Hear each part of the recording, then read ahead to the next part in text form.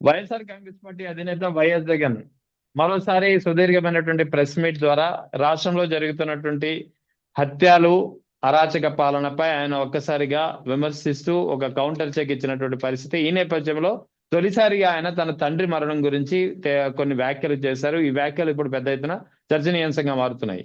ముఖ్యంగా వైఎస్ రాజశేఖర రెడ్డి హెలికాప్టర్లో ప్రమాదం జరిగినప్పుడే కొన్ని అనుమానాలు, కొన్ని ప్రశ్నలు వినిపించిన దానిపై ఆధారాలు లేకపోవడంతో ఎవరు దీనిపై పెద్దగా మాట్లాడలేని పరిస్థితి. అయితే దాదాపుగా 17 ఏళ్ల తర్వాత వైఎస్ జగన్ తొలిసారిగా తన తండ్రి మరణం వెనుక ఏదైనా కుట్ర జరిగి ఉంటుందా, తన తండ్రి మరణం వెనుక దారి తీసిన పరిస్థితులు ఏంటనే విషయంలో ఆయనకి ఏమైనా అనుమానాలు ఉన్నాయా అనేది ఆయన మాటల ద్వారా ఇప్పుడు క్లియర్ గా మరోసారి అర్థమవుతుంది. ఈ నేపథ్యంలో ఈ వివరాలపై మనతో మాట్లాడేందుకు జాయిన్ అవుతున్నారు వైఎస్ఆర్ కాంగ్రెస్ పార్టీ నాయకురాలు కాకు ఉమా గారు. నమస్తే మేడం.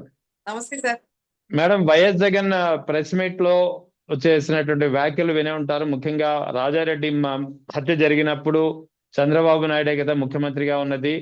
సో మీపై కూడా అనుమానాలు ఉన్నాయి అప్పట్లో.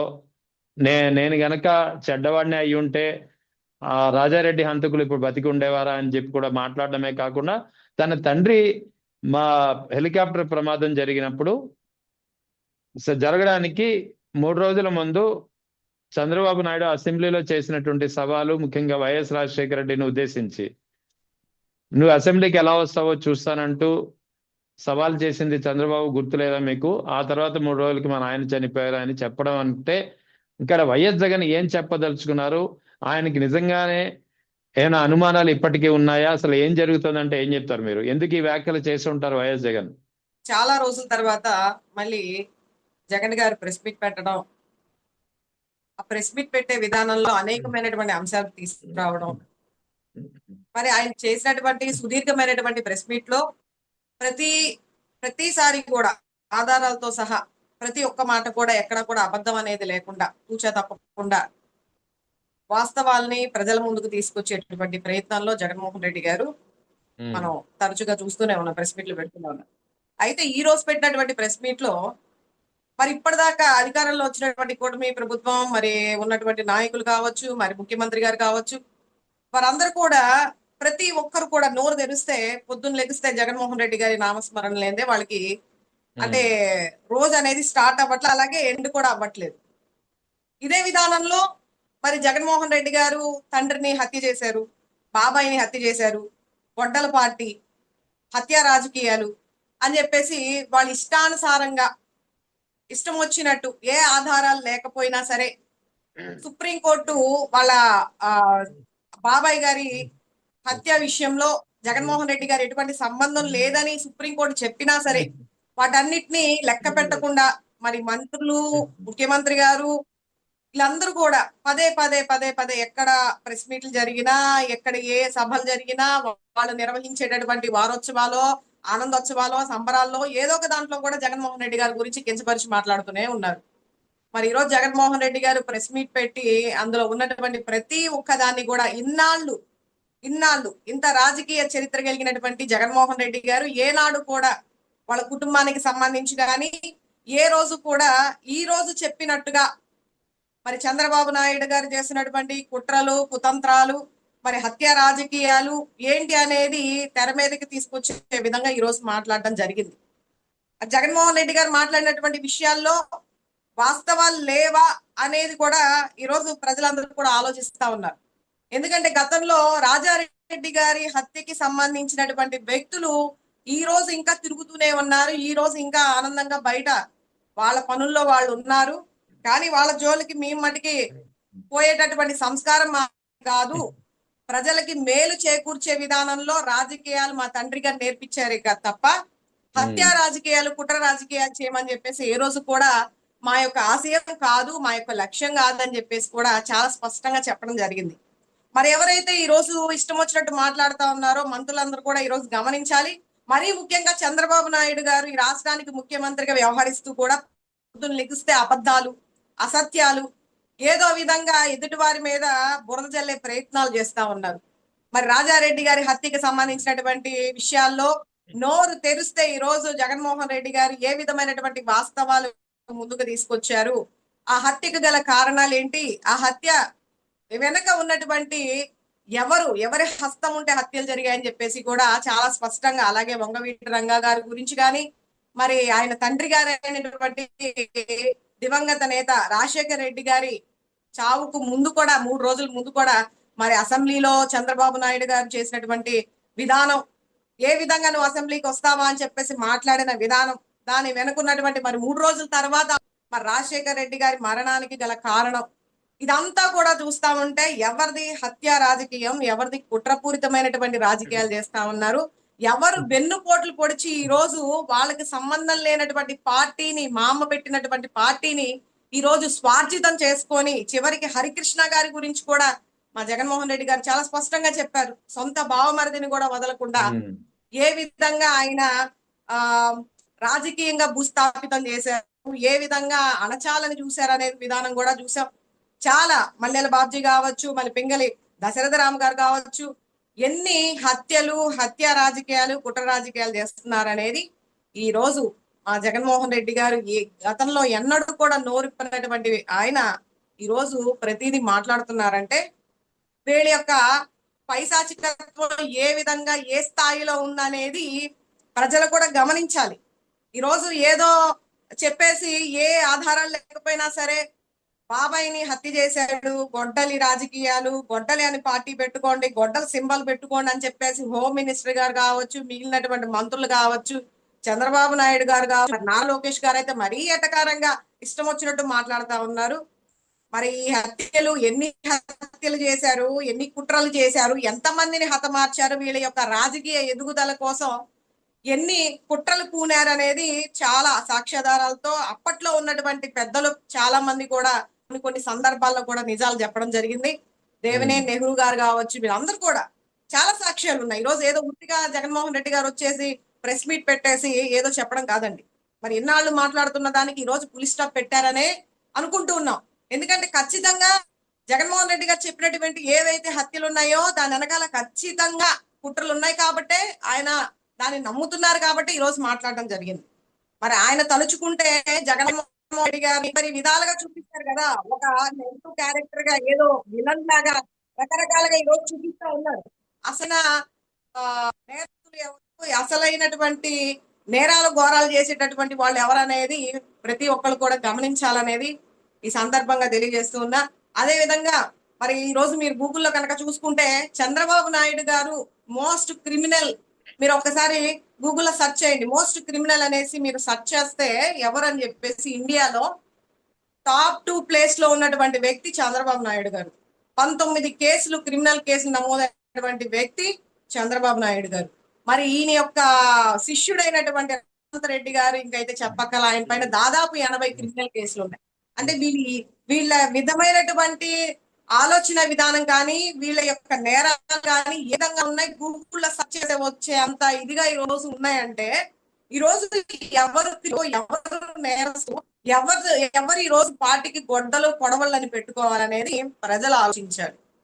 అయితే ఇక్కడ ముఖ్యంగా వైఎస్ జగన్ చేసినటువంటి వ్యాఖ్యలు కీలకంగా పరిగణించాల్సింది. తన తండ్రి రాజశేఖర్ రెడ్డి మరణం వెనుక కూడా ఆయనకు కొన్ని అనుమానాలు ఉన్నాయి. చాలా అనుమానాలు నివృత్తి కావాల్సినవి, ఇంకా పరిష్కారం కావాల్సినవి ఉన్నాయని చెప్పి ఆయన స్వయంగా ఇవాళ ప్రెస్ మీట్ లో చెప్పడం అంటే అది దేనికి అర్థము, ఏం చెప్పదలుచుకున్నారు ఆయన? అది కూడా చంద్రబాబు నాయుడు 3 రోజుల ముందు నువ్వు అసెంబ్లీకి ఎలా వస్తావో చూస్తానని చెప్పి వైఎస్ రాజశేఖర రెడ్డిని ఆయన సవాలు విసరడము, ఆ 3 రోజుల తర్వాత ఆయన చనిపోవడము, ఇదంతా ఆయన ప్రస్తావించారు. అంటే ఇక్కడ ఏం జరిగి ఉంటుంది, ఆయన ఏం చెప్పదలుచుకున్నారంటే మీరేం చెప్తారు? రాజశేఖర రెడ్డి గారు అంటే రాజారెడ్డి గారిని ఏ విధంగా హతమార్చాలని, దాని వల్ల ప్రయోజనం చేకూరుతుందో, లేదంటే పులివెందులకి ఆయన పరిమితం చేయాలనో ఒక ఆలోచన విధానంతో రాజారెడ్డి గారిని ఏ విధంగా అడ్డు తొలగించున్నారో అదే విధానంలో మరి వంగవీటి రంగా గారిని ఎక్కడ ఆయనకు మించి వెళ్ళిపోతారు రాజకీయాల్లో, ఒక ప్రత్యర్థి ఉంటారు ఆయనతో పాటుగా, ఆయనకి సమానంగా నిలబడేటటువంటి వ్యక్తి ఎదుగుతున్నాడు, ప్రజల మన్ననలు పొందుతున్నాడు అని చెప్పేసి ఏ విధంగా అడ్డు తొలగించాలనే కుట్రతో ఏ విధంగా ఆయన హతమార్చారనేది అందరికీ తెలుసు. అదే విధానంలో మరి వైఎస్ రాజశేఖర రెడ్డి గారిని నేను ఇందాకే చెప్పా, అసెంబ్లీలో కూడా 3 రోజుల ముందు, అంటే రాజశేఖర రెడ్డి గారి మరణానికి 3 రోజుల ముందు చంద్రబాబు నాయుడు గారు అసెంబ్లీలో మాట్లాడినటువంటి విధానం, ఆ మాట్లాడినటువంటి మాట నువ్వు ఏ విధంగా అసెంబ్లీలోకి అడుగు పెడతావో చూస్తానని చెప్పేసి ఒక హెచ్చరికగానో లేదంటే ఒక విధంగా ముందే ఏదో ప్లానింగ్ ప్రకారమో ఏదో స్కెచ్ ప్రకారమో మాట్లాడినట్టుగా రాజశేఖర రెడ్డి గారు ఇంక వచ్చే అవకాశం ఉండదు అనే ముందుగానే ఏదో వాళ్ళు ఒక ప్లానింగ్ మరి కాంగ్రెస్ వాళ్ళతో చేతులు కలిపారో మరి ఏ విధంగా అయితే జగన్మోహన్ రెడ్డి గారి మీద ఎర్రన్నాయుడు గారు కేసులు పెట్టించి లేని వ్యక్తి గురించి రాజశేఖర రెడ్డి గారి పైన కూడా కేసులు ఏ విధంగా పెట్టించారు అంటే వాళ్ళ యొక్క ఆలోచన విధానం అనేది మనం ఇక్కడ గమనించాలి. అదే విధానంలో మరి తండ్రి గారి మరణాన్ని గురించి కూడా జగన్మోహన్ రెడ్డి గారికి అనేకమైనటువంటి అనుమానాలు ఉన్నాయి. ఈ రోజు వరకు కూడా ఆయన నోరు విప్పలేనటువంటి పరిస్థితిలో ఎందుకులే ప్రజలకి మనం ఒక రాజకీయంగా ఒక నాయకుడిగా మనం ప్రజల్లో ఉండాలి, ప్రజలకి ఏం చేసాం ఒక మంచి పేరు తెచ్చుకోవాలనే ఒక ఉద్దేశంతో ఆయన ఇవన్నీ కూడా పక్కన పెట్టి ఒక రాయలసీమ ఫ్రాక్షనిజం లో పుట్టినప్పటికీ కూడా అవన్నిటినీ పక్కన పెట్టేసి ఈరోజు ప్రజలకి మంచి చేయాలని ఆయన నిర్ణయించుకుంటే మరి ఉన్నటువంటి చంద్రబాబు నాయుడు గారు కానీ మిగిలినటువంటి మంత్రులు కానీ వాళ్ళు ఏ విధంగా రెచ్చగొడుతున్నారు అనేది కూడా మనం చూస్తూ ఉన్నాం. కాబట్టి రాజశేఖర రెడ్డి గారి మరణం వెనకాల ఖచ్చితంగా కుట్ర ఉంది. ఖచ్చితంగా దాని వెనకాల అనేకమైనటువంటి అనుమానాలు తాగుతీస్తున్నాయి. అది జగన్మోహన్ రెడ్డి గారికే కాదండి, ఈ రోజు రాష్ట్రంలో ఉన్నటువంటి ప్రతి ఒక్కరికి, మా వైఎస్ఆర్ కాంగ్రెస్ పార్టీ నాయకులకి, ప్రతి ఒక్క అభిమానికి కూడా రాజశేఖర రెడ్డి గారి జరిగినటువంటి మరణం అది సామాన్యమైనటువంటి మరణం కాదు.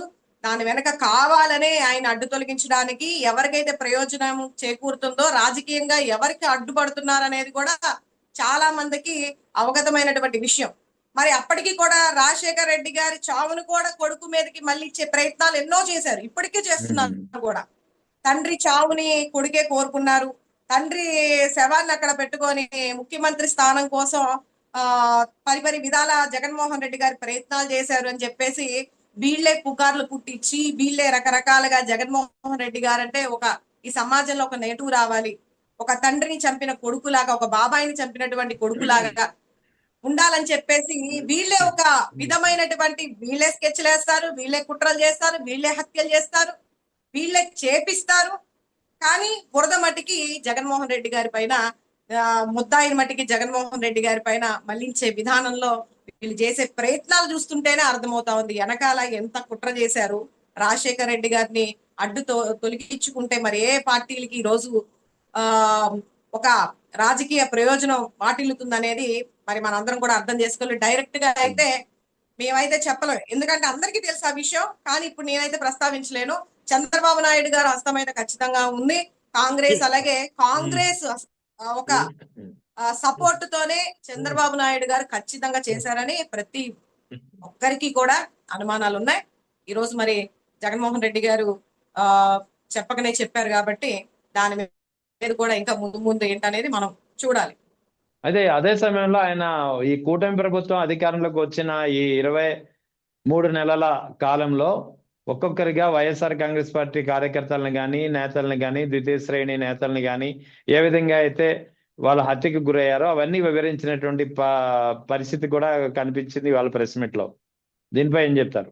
కూటమి ప్రభుత్వం అధికారంలోకి వచ్చిన దగ్గర నుంచి కూడా అనేకమైనటువంటి హత్యలు మనం చూస్తూనే ఉన్నాం. అత్యాచారాలు మహిళల పైన, బాలికల పైన, మైనర్ల పైన హత్యలు నడి రోడ్డు పైన. వినుకొండ రషీద్ అనే ఒక ఇన్సిడెంట్ తీసుకోండి. ఈ విధంగా అతి దారుణంగా పట్టపగలు అంటే జనాలందరూ తిరుగుతుండగానే అంత స్వేచ్ఛ ఎవరినిచ్చారు? అంత రోడ్డు మీద ఒక వ్యక్తిని పట్టుకొని ఆ విధంగా నరుకుతా ఉంటే ఈ ప్రభుత్వాన్ని సపోర్ట్ లేకుండానే ఆ వ్యక్తి ఆ విధంగా చేశారా? ఎన్ని హత్యలు జరిగేశారు ఇప్పటిదాకా? ఎన్ని రాజకీయ హత్యలు చేశారు? ఎన్ని కుల హత్యలు చేశారు? రెడ్డి అనే పేరు ఉంటేనే కార్ల పైన వాటిని ధ్వంసం చేయడం, వాళ్ళ ఇళ్ల పైన ధ్వంసం చేయడం, వైఎస్ఆర్సీపీ వ్యక్తి అంటేనే వాళ్ళ కార్యకర్త అన్నా అభిమాని అన్నా వాళ్ళ పైన దాడులు చేయడం, ఇళ్లపైకి వెళ్ళి దాడులు చేయడం, మహిళలని కూడా చూడకుండా దాడులు చేయడం ఎన్ని జరిగేశారు ఈ రోజు? ప్రతి ఒక్కటి కూడా ఎవిడెన్స్ తో ప్రతి ఒక్కటి కూడా ఉంది. ఎంతమంది ఎన్ని విధాల హత్యింపబడ్డారు, ఎన్ని విధాల అత్యాచారాలు మహిళల పైన అతి ఘోరంగా జరుగుతున్నాయి అనేది ప్రతి ఒక్కరు చూస్తున్నారు.